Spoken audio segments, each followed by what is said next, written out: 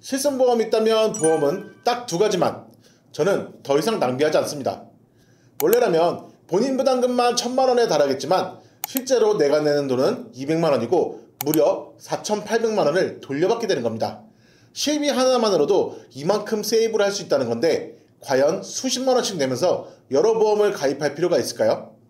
몇 년 전만 해도 제가 가지고 있는 보험은 총 6개였습니다.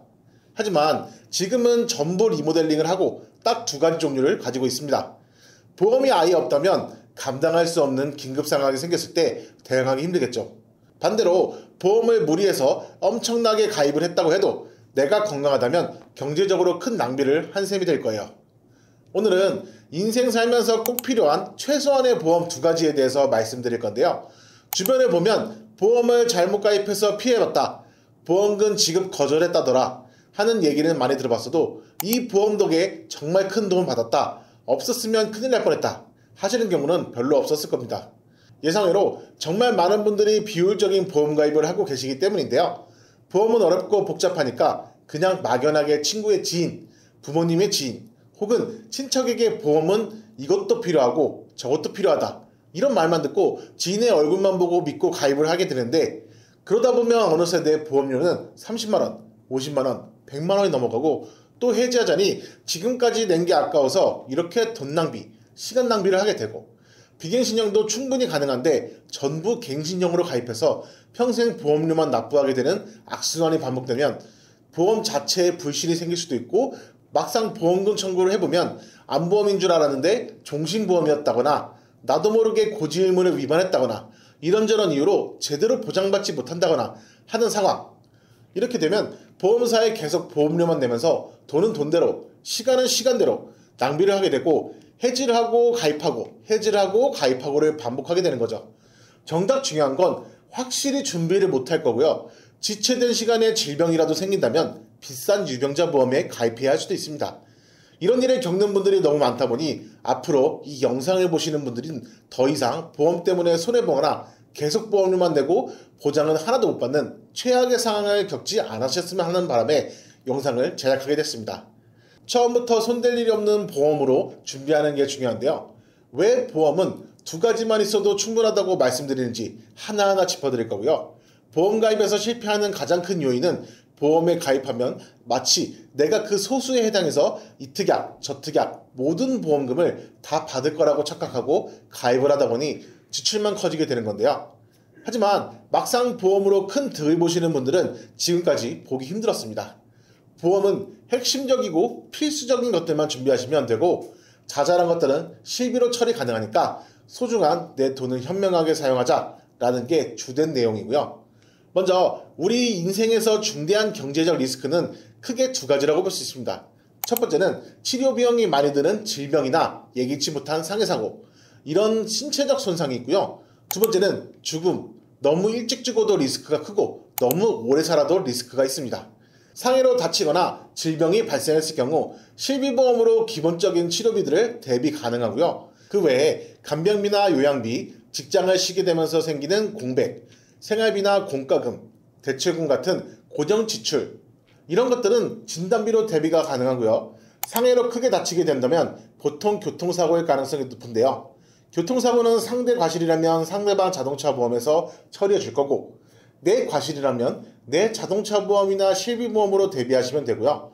낙상사고가 발생했다거나 운동하다 다치는 것도 실비로 커버가 되고, 일하다가 다친 것들은 산재 처리, 산재가 안 되면 내 실비로 처리하시면 되고, 음식점에서 넘어졌다면 음식점 배상 책임, 또 어떤 시설에서 넘어졌으면 해당 시설의 배상 책임으로 가능합니다. 그 다음으로 사망 같은 경우는 너무 일찍 죽는 경우, 이런 부분은 정기보험으로 해결할 수 있습니다. 보장기간이 짧은 대신 사망 1억을 대비하시면 40대 여성 기준 80세 만기로 설계를 해도 월 3만원대면 가입을 할 수가 있습니다. 사망자금이 필요한 건 어린 자녀들을 위해 필요한 거지 아이가 20살, 30살, 성인이 되면 스스로 자립할 수 있습니다. 그러니까 괜히 종신보험으로 가입하시게 되면 40세 남성, 상위급수 1급, 가입금액 1억 기준으로 20만원이 넘는 큰 돈을 매달 납입해야 하는데, 종신이나 CI종신, 변액종신, 유니버설 종신, 이런 것들은 저축이나 재테크가 절대 아닙니다. 재테크로 착각해서 사망보험금을 가입하시면 안 된다는 말씀을 강조드리고요. 그러니까 정해진 기간 동안 자녀의 성장 기간 동안만 사망금이 필요한 거니까 정기보험 3만원대 정도로 저렴하게 가입하시면 되겠습니다.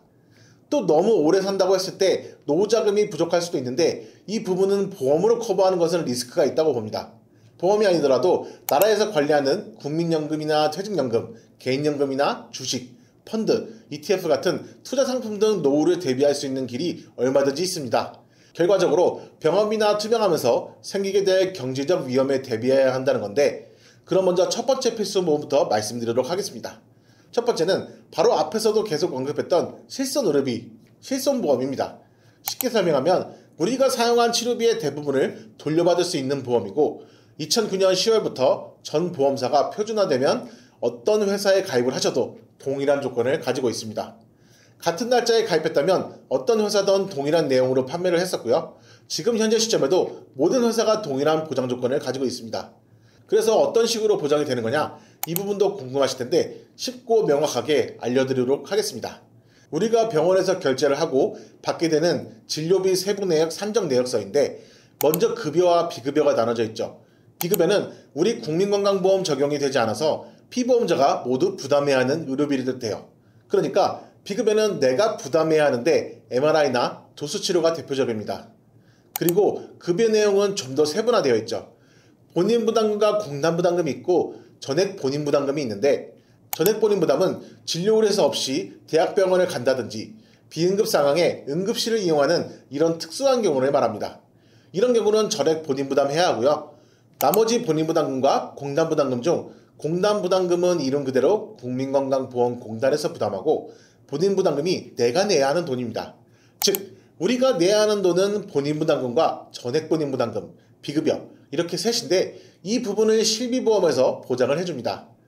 2009년 7월 이전 실비라면 100%를 보장해주는 곳도 있을 거고, 최근 가입한 분들이라면 급여 80%, 비급여 70%를 보장받을 수 있습니다. 진료비 총액이 23만 5,300원이 나왔고 공단에서 10만 9,500원을 부담했기 때문에 나머지 12만 5,800원만 결제하면 되는 거고요. 결국 이 12만 5,800원을 또 실비보험에서 자기부담금을 빼고 대부분을 보장해준다. 이 부분이 핵심입니다. 즉 건보와 실비만 있어도 의료비 부담이 이 정도로 줄어드는 거예요. 게다가 실비의 연간 한도는 5천만 원입니다. 이런 작은 치료비뿐만 아니라 큰 병으로 인한 높은 비용의 치료비까지 다 보장이 되는 거예요.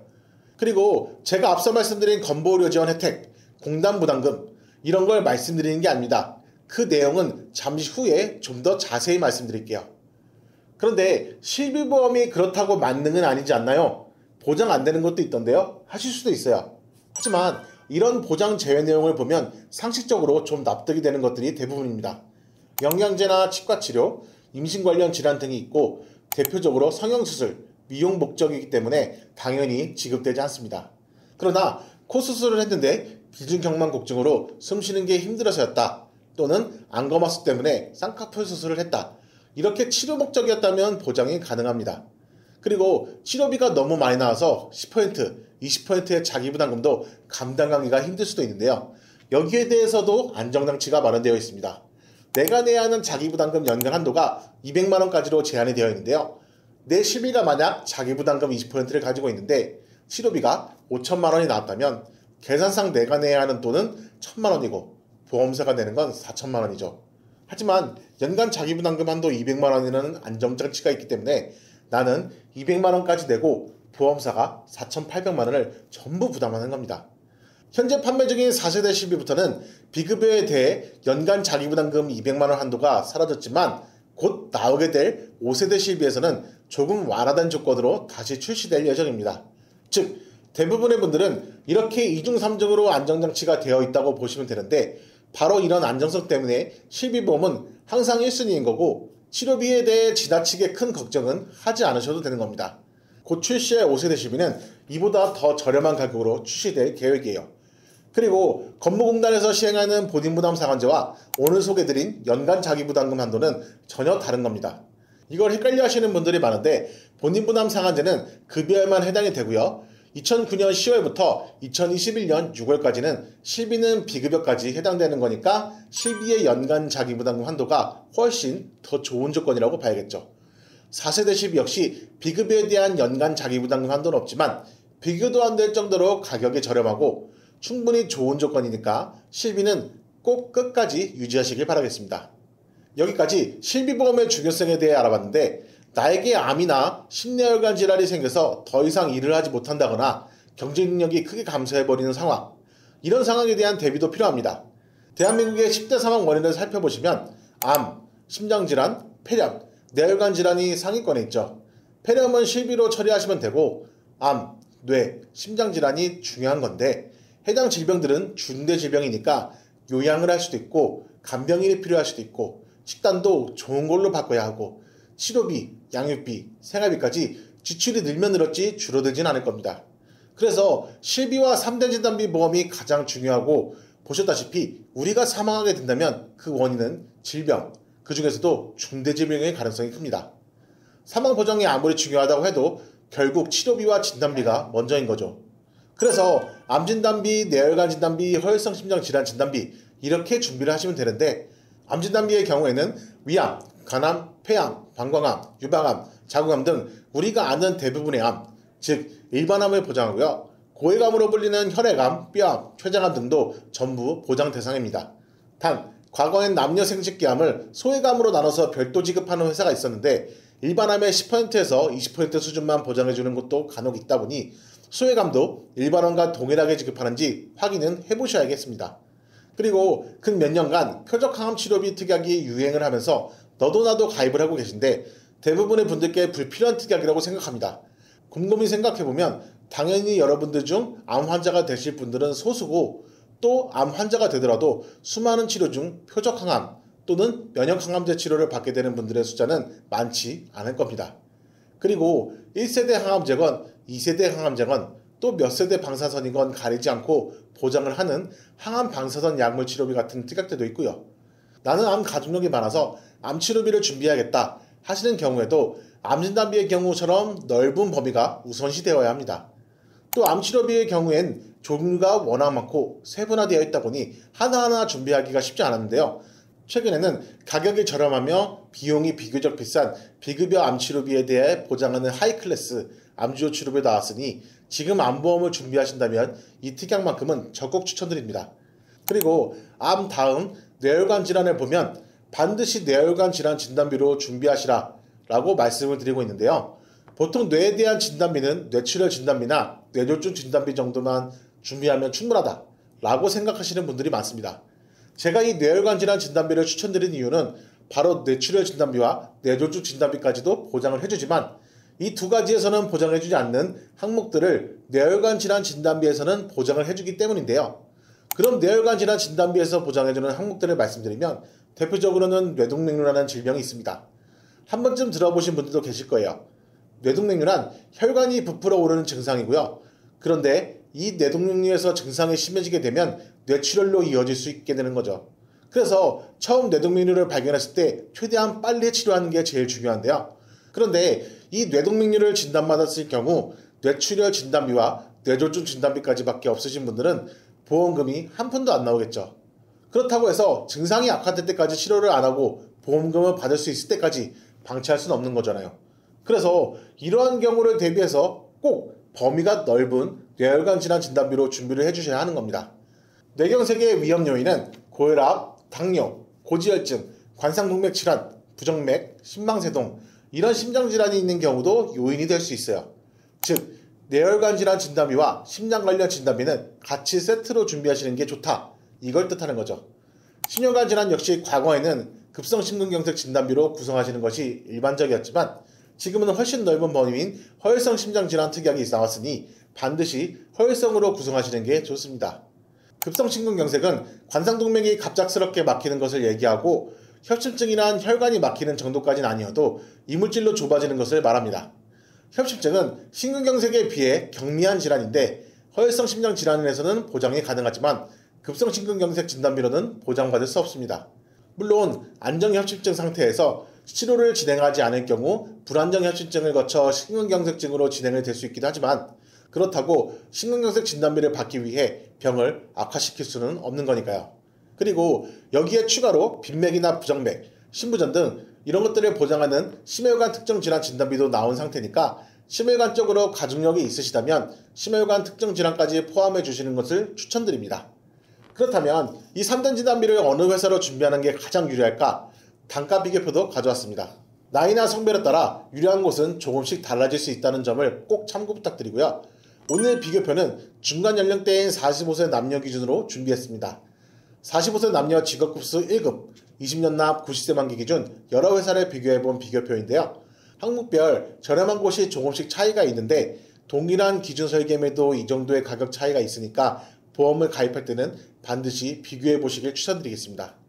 혹시나 아무것도 모르고 준비했다가 이런 회사에 가입했다면 20년에 걸쳐서 몇백만 원이라는 큰 돈을 손해볼 수도 있는 거겠죠. 이 3대 질병은 발병률이 높은 데다가 20년 납 90세 만기, 즉 20년간 납입하면 보장은 90세까지 받을 수 있는 거기 때문에 가격이 마냥 저렴하지만은 않습니다. 최저가 회사를 골라도 금액대가 부담이 된다면 보장 금액을 낮추거나 만기를 줄이거나 극단적으로 보험료를 낮추려면 10년이나 20년 갱신형 상품으로 준비하시는 방법도 있습니다. 하지만 그럴 경우 평생 납입을 해야 하며 매 갱신 때마다 보험료가 인상될 수도 있어요. 당장은 조금 부담되더라도 안정적인 노후를 위해 이 3대 진단비 정도는 비갱신형으로 준비하는 것을 추천드립니다. 이렇게 실비보험과 3대 진단비에 대해 알아봤다면 사망보험에 대해서도 알아봐야 하겠죠. 사망보험은 종신보험과 정기보험으로 나뉜다고 볼 수 있습니다. 이 중에서 여러분께 익숙한 게 어떤 거죠?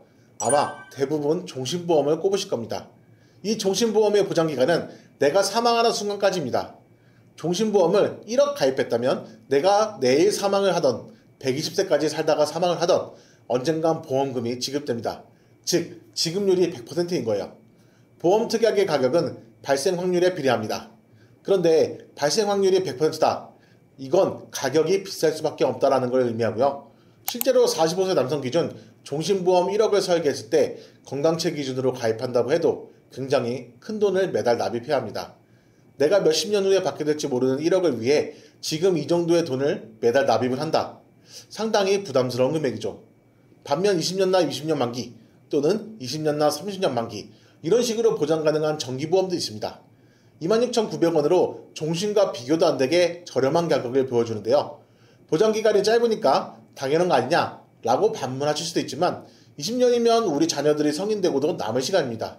즉 가장인 내가, 부모인 내가 제자리에 없더라도 충분히 앞가림은 할 수 있는 나이라는 겁니다. 사망보장을 가입하는 이유는 내 자녀가 성장기일 때 혹시나 생길 수 있는 가장의 부재, 이 악재로부터 경제적인 고통을 덜기 위함입니다. 나의 배우자와 자녀를 위해서 준비하는 보험인 거고요. 그래서 사망보장을 원하는 분들은 정기보험으로 준비하시면 됩니다. 또 그 중에서 결혼을 하셨고 자녀가 있는 분들만 준비하시면 되는 거죠. 20년 납 20년 만기로 짧게 가입을 해서 자녀가 성인이 될 때까지만 유지하셨다가 나중에 정리하시면 되는 거고요. 그 나이대가 되면 내 자녀가 밥벌이가 충분히 가능하기 때문에 사망보험금이 불필요하게 되는 거죠. 종신보험은 가입 금액이나 나이에 따라 월 18만 원이 될 수도 30만 원이 될 수도 40만 원이 넘어갈 수도 있는데 거품을 쫙 빼서 가장 리스크가 큰 구간을 정기보험으로 넘기시길 추천드리겠습니다. 본 광고는 광고 심의 기준을 준수했으며 유효기간은 10일로부터 1년입니다. 오늘은 이렇게 우리 인생에서 꼭 필요한, 꼭 가입해야 하는 보험 3가지에 대해 알아봤는데요. 오늘 내용을 잘 기억해 두시면 앞으로 보험 때문에 스트레스 받거나 고민하시는 일은 없으실 겁니다. 우리의 삶에 있어서 지출 요인은 보험 이외에도 정말 많습니다. 그러니까 보험은 저축 재테크가 아니라 위험으로부터 대비하는 것이라는 걸 잊지 않으셨으면 좋겠습니다. 보험료로 쓰는 돈을 저축이라 여기기보단 지출로 여기시고 과하게 준비하실 이유가 전혀 없다는 점을 다시 한번 강조드릴게요. 추가적인 설명이 필요하시거나 직접 내 나이에 딱 맞는 최저가 설계안을 받아보고 싶으시다면 위 번호로 연락 주시거나 카카오톡을 통해 톡으로 문의 주시면 친절히 답변 드리도록 하겠습니다.